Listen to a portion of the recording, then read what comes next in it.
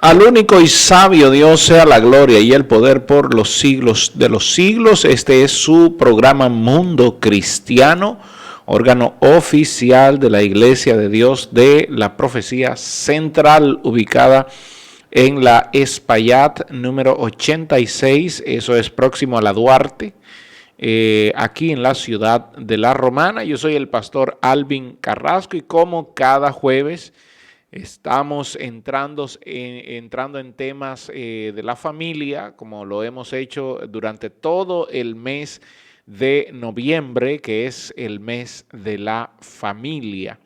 El día de hoy tenemos un tema interesante que tratar con ustedes sobre las cláusulas del matrimonio y vamos a hablar específicamente sobre 10 cláusulas que enfocan, que encierran al matrimonio. Las 10, podríamos decir como las 10 cláusulas del contrato matrimonial. La vamos a verificar una por una en este día, pero antes déjeme darle alguna información. Nosotros nos reunimos todos los martes y jueves a las 7 de la noche con enseñanza bíblica y con servicio de alabanza y adoración. Los jóvenes se reúnen los sábados a las 5:30 de la tarde y el domingo desde las 8 de la mañana con nuestra escuela dominical y luego a las 10 de la mañana con nuestro servicio de acción de gracia. Estamos ubicados en la Espaillat número 86 y puede comunicarse con nosotros vía WhatsApp al 849-858-5145 o también a nuestras diferentes redes sociales, Iglesia de Dios de la Profecía Central en Facebook y en YouTube Mundo Cristiano IDP. Así que ya lo sabe. Bien, vamos a entrar en el tema. Antes hay una escritura que se encuentra en el libro de los Proverbios. Es una escritura muy interesante, Proverbios 18:22, que dice que el que haya esposa haya el bien. El que haya esposa haya el bien y alcanza la benevolencia de Jehová. Así dice Proverbios 18:22. El que haya esposa haya el bien y acá alcanza la benevolencia de Jehová. Entonces es un tema que hay que hacer. Primero debemos decir de este verso que el matrimonio no es algo que cayó del cielo, sino que es algo que hay que cultivarlo. No es algo que cae de la mata como cae un fruto, sino que es algo que se construye. El matrimonio se construye. Hay que ensayar siempre en el matrimonio, hacer un ensayo de una relación bonita. Y eso se va practicando desde el noviazgo. Otra cosa que debemos levantar en el noviazgo sobre todas las cosas es el perdonar y el pedir perdón. Eso debe ser frecuente porque cuando nos casamos, estas palabras de perdonar, esta palabra de perdonar y de pedir perdón deben ser parte normal de la vida de los esposos. Un esposo que no pide perdón es un matrimonio que no va a durar mucho. Una esposa que no pide perdón es un matrimonio que no va a tener muy buenas bases y sobre todo que nunca se van a decir las verdades, porque si no hay perdón, entonces no se cuentan verdades. Cada cual pone de su parte para hacer su mejor contribución posible para este ensayo que es el matrimonio, el cual Dios nos ha dado. Y yo puedo decidirme a ser feliz en el matrimonio que Dios me dio. Es una decisión mía. Y el matrimonio no es algo que Dios nos da para que nosotros seamos felices, sino para que practiquemos nuestra felicidad. El que es infeliz siendo soltero, cuando se case va a seguir siendo infeliz. Por lo tanto, el matrimonio es un pacto con Dios de compartir con otro mi felicidad. Atención, el matrimonio es un pacto con Dios en el cual yo decido compartir con otros mi felicidad. Entonces veamos aquí algunos principios bíblicos demandados por la palabra de Dios o marcados por la palabra de Dios, y quiero hacerlo rápido porque estos principios, para poder hablar de las 10 cláusulas para un matrimonio, para un contrato matrimonial, es necesario tocar estos puntos de manera rapidita. El Salmo 139, 23 dice: examíname, oh Dios, y conoce mi corazón, pruébame y conoce mis pensamientos, y ve si hay en mí camino de perversidad, y guíame por el camino eterno. Hay 4 palabras esenciales aquí. La primera es examinar, que lo que está hablando el salmista aquí en el Salmo 139, 23 es prácticamente escarba, es penetra en mí, es busca diligentemente en mí, es pregúntame, Señor. Es lo que quiere decir. Pregunta, escarba en mi corazón. Y la otra palabra que dice es: después que tú escarbes, que puedas entrar en mi corazón, pruébame. Y la palabra hebrea aquí es baján o bacán, que quiere decir investiga, distingue, haz una hipótesis. Aquí es pruébame, haz una hipótesis, Señor, sobre lo que tú estás encontrando en mi corazón. Y la otra palabra aquí es ve, que habla de ve y ve, versículo 24, Salmo 139, 24, y ve si hay en mí camino de perversidad. Y este ve quiere decir atiende, analiza, considera, juzga. Tú daste cuenta, Señor, si hay en mí camino de perversidad, que estoy seguro que lo vas a encontrar. Porque el camino del hombre es de continuo al mal. Por lo tanto, cuando yo te pido que me examines y que me pruebe, es porque sí vas a encontrar camino de perversidad. Y lo próximo que dice el salmista es: guíame. Pero la única manera de guiarnos es a través de su Espíritu Santo. Y esto de guiarnos quiere decir: condúceme, encamíname, llévame de la mano, pastoréame. Fíjese qué profundidad tiene aquí. Es lo que hace el Espíritu Santo con nosotros. Cuando la palabra habla de guiarnos, habla de encaminarnos, habla de conducirnos, habla de tomarnos de la mano, habla de pastorearnos, que es lo que hace el Espíritu Santo. Entonces, entendiendo todo esto y todo el permiso que le da el salmista al Señor, nos hace manifiesto que el objetivo de Dios en la creación era que el hombre fue creado a su imagen. Dice Génesis 1:27, que el hombre fue criado a imagen de Dios y que Dios lo creó varón y hembra. Y lo que expresa el capítulo 2, verso 22 es que Dios toma de la costilla del hombre e hizo la mujer y la trajo al hombre, versículo 23, y Adán dijo: esto es ahora hueso de mi hueso y carne de mi carne, esta será llamada varona. La palabra es Isha. Isha significa varona. Isha quiere decir la completa comunicación del ente con su fuente. Eso es lo que quiere decir Isha. Bien, déjenme detenerme aquí, porque es importante aclarar eso. La palabra varón se traduce desde el hebreo como la palabra ish, y lo que quiere decir varón es la completa restauración del ser con su fuente. Es decir, cuando al hombre se le llama varón, habla de la completa restauración del hombre con Dios. Es cuando el hombre tiene esa comunicación correcta, perfecta con Dios, con su Dios. La palabra ish, que se traduce como varón. Pero fíjese el nombre que el varón le da a la mujer, le da identidad y le da género. Cuando le dice varona, no le dice tú serás llamado varón, como hoy se quiere poner varón, varón. No, él le dijo tú serás llamada varona, Isha, que quiere decir la completa restauración del ser con su fuente. Y pregunta, ¿cuál es la fuente de la mujer?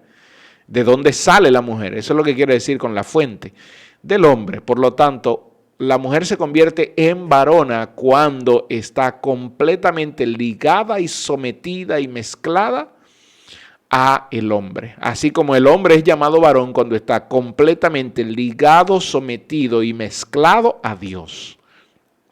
Esto es el principio que nos deja Génesis en el capítulo 1 y en el capítulo 2.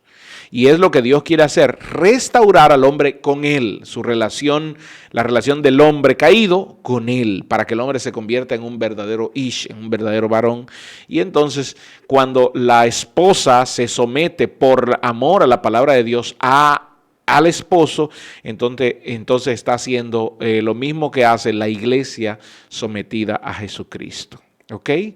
Entonces, lamentablemente, ante todo eso, ante toda esta perfección que Dios creó, el pecado entró en escena y con el pecado también entró la maldición. Porque Dios maldijo la tierra y también maldijo la serpiente, dice Génesis capítulo 3. Dios maldijo la tierra y la serpiente. Entonces, cuando el pecado entra en escena, se maldice la tierra y la serpiente, se detiene el plan divino de Dios. No es que se elimina el plan divino, sino que se detiene.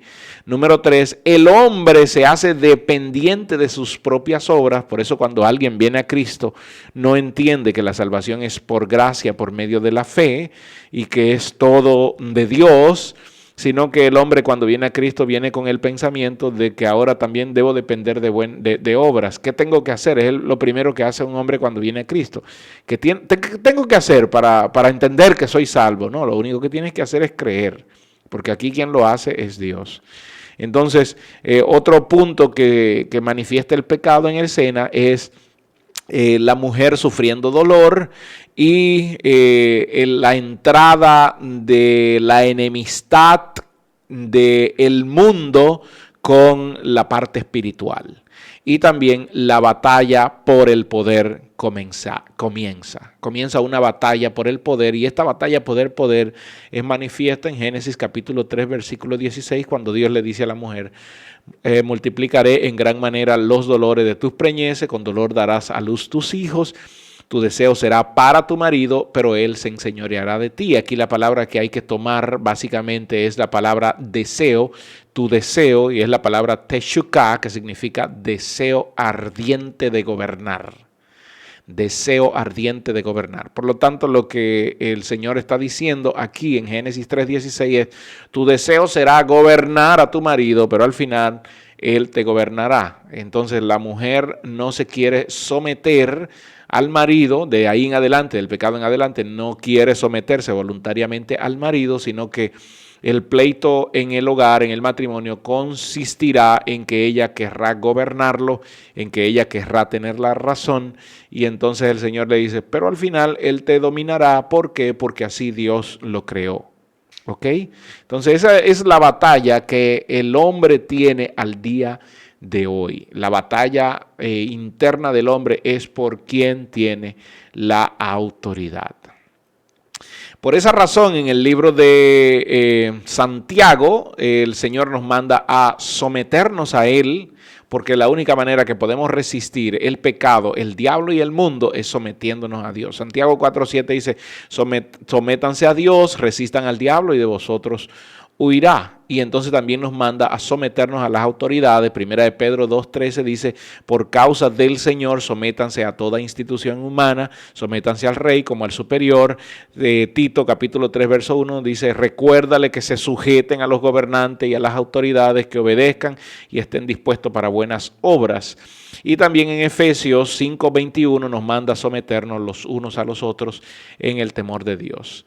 Pero el problema básicamente, y eso lo entendemos, el problema básicamente está en que las mujeres, y sobre todo ese problema que trajo el pecado a la vida del matrimonio, a la vida del hombre y la mujer, hizo que la mujer no quiera someterse a su fuente creadora, a su fuente formadora, a el hombre. Muchas mujeres dentro de la iglesia aman a Dios, se someten a Dios y le piden a Dios, incluso cantando la canción esta de Persis Melo que dice: establece tu orden. Cantan esa canción. Sin embargo, ellas quieren someterse al orden de Dios y querer que Dios establezca su orden, pero el orden de Dios dice bien claro que la única manera que Dios va a establecer su orden es cuando la mujer se someta al marido.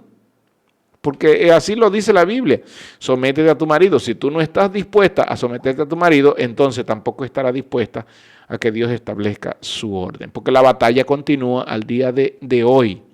La batalla continúa, por eso Dios demanda a la mujer que se someta al marido, que obedezca el orden. Entonces, ¿cuáles son las 10 cláusulas para el contrato matrimonial?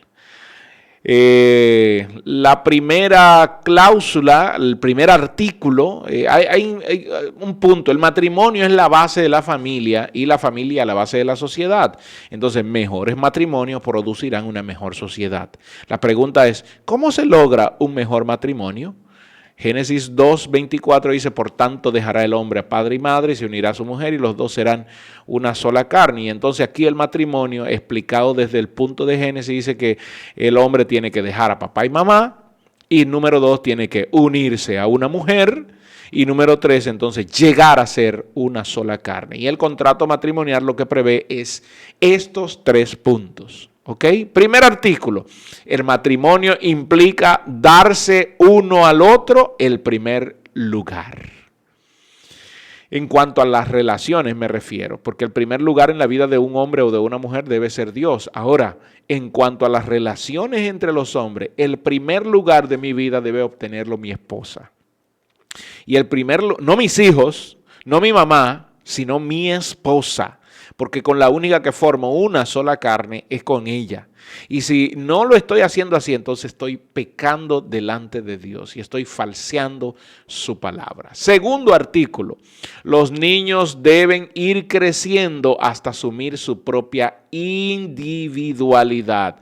Los niños son un regalo de Dios. La Biblia dice que una bendición de Dios son los hijos, son herencia de Jehová, dice la Escritura, y que es cosa apreciable el fruto del vientre, pero ellos no son parte de nosotros.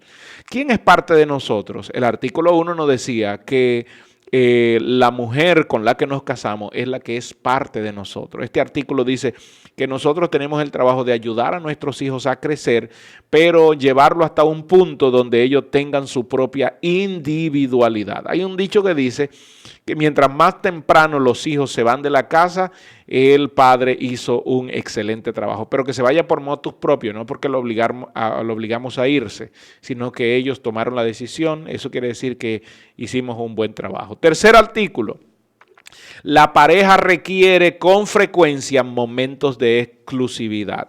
Y este es un asunto que afecta directamente a el ministerio, porque en el ministerio los pastores, las pastoras no se dan tiempo de estar con su esposo y con sus esposas. Hay más tiempo de estar con los hermanos, de estar haciendo asuntos en la iglesia y no tiempo de exclusividad para ellos. Yo suelo decir que los matrimonios deberían tomarse un día a la semana para estar unidos entre ellos.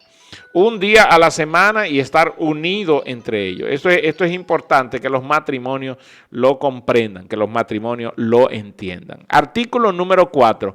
El matrimonio implica exclusividad en lo sexual. La Biblia manifiesta que yo soy de esa mujer y que esa mujer me pertenece de manera total y radical. De hecho, el libro de Cantar de los Cantares, en el capítulo 4, habla de la exclusividad sexual. Cuando dice, ven tú, wow, se me ha escapado el versículo, creo que es el versículo 19 del capítulo 4 el capítulo 4, el capítulo 9. Bueno, no recuerdo, que dice, ven viento del norte y viento del sur, ven y sopla en mi huerto. Venga mi amado a su huerto y coma de su dulce fruta. Y aquí lo que quiere explicar es la exclusividad de mi cuerpo es solo para mi amado. Es solo para mi hombre, es solo para mi mujer. Es decir, que uno romper esta exclusividad en cuanto a lo sexual es cometer una gran afrenta contra Dios y contra el prójimo, contra mi esposa. Artículo número 5. La suerte del matrimonio depende de parte y parte. ¿Y qué es lo que quiero explicar aquí? Lo que dice Mateo capítulo 7, versículo del 3 al 5, que dice, ¿por qué miras la paja del ojo? ¿Por qué miras la paja que está en el ojo, y cambio aquí, de tu pareja y no echas a ver la viga que está en tu propio ojo? O cómo dirás a tu pareja, atención, ¿cómo le vas a decir a tu pareja, déjame sacar la viga de tu ojo y he aquí la viga del tuyo? Hipócrita. Saca primero la viga de tu ojo y entonces verás bien para sacar la viga del ojo de tu pareja. Entonces el matrimonio, la suerte en el matrimonio depende de cuán responsables nosotros somos en este punto. Yo soy responsable de mis actos, pero ella es responsable de sus propios actos. Y cuando los dos asumimos responsabilidades, entonces nuestra vida cambia en este sentido. Artículo número 6. La clave para comunicarse bien es tener una actitud positiva. Nunca deben comunicarse cuando están enojados, cuando están peleando. Wendy y las chicas decían el pasado miércoles, el día de ayer, decían que controlar los decibeles. Ellas hablaban de controlar los decibeles. Es decir, lo que nos vamos a decir debe hacerse en una posición de saber que no quiero herirte, sino que mi posición es ayudarte, es que podamos crecer juntos, es que podamos sonreírnos de la vida y hasta de nuestros errores podamos sonreírnos. Entonces la clave para comunicarse bien es tener una actitud positiva. Artículo número 7. La economía doméstica se maneja en un único presupuesto. Atención, yo estuve hablando el martes pasado en la iglesia que hablaba sobre este punto de si somos una sola carne, ¿por qué tenemos dos cuentas bancarias?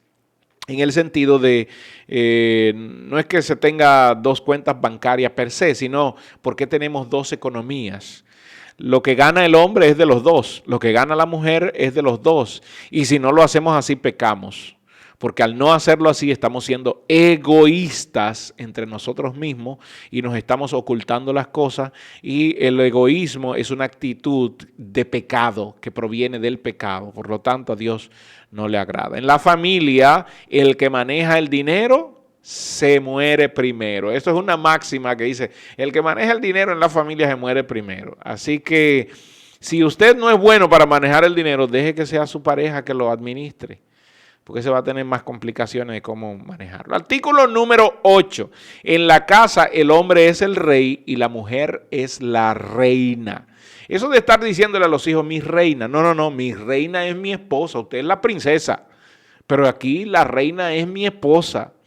Y yo no puedo moverme sin consultarlo con ella porque ella es la que sabe todo. Artículo número 9. Tener una misma fe facilita todo lo demás. Por eso la Biblia recomienda no os unáis a yugo desigual con los incrédulos. ¿Por qué? Porque si los dos amamos al Señor de todo corazón, entonces vamos a estar de acuerdo en ese punto. ¿Y dónde no irán dos que tengan acuerdo? Aún en nuestras oraciones estaríamos de acuerdo con todo esto. Y el artículo número 10 y último, la intención de este contrato es que dure para toda la vida. Donde hubo fuego, cenizas quedan. Mejor es un malo conocido por un bueno por conocer. Esos son temas que siempre se usan, pero lo que se quiere decir aquí es que cuando nos casamos para siempre. Resumo rápidamente los 10 artículos del contrato matrimonial, las 10 cláusulas. El matrimonio implica darse el uno al otro. En primer lugar, número 1, los niños deben ir creciendo hasta asumir su propia individualidad. Número 2. Número 3, la pareja requiere con frecuencia momentos de exclusividad. Número 4, el matrimonio implica exclusividad sexual. Número 5, la suerte del matrimonio depende de parte y parte. Número 6, la clave para comunicarse bien es tener una actitud positiva. Número 7, la economía doméstica se maneja en un presupuesto único. Número 8, en la casa el hombre es el rey y la mujer es la reina. Número 9, tener una misma fe facilita todo lo demás. Y número 10, la intención de este contrato es que dure toda la vida. Yo lo menciono como contrato, pero más que un contrato entre los esposos, es un pacto que se hace con Dios. Y un pacto que se hace con Dios dura para toda la vida. Que la gracia del Señor sea con ustedes. Dios les bendiga.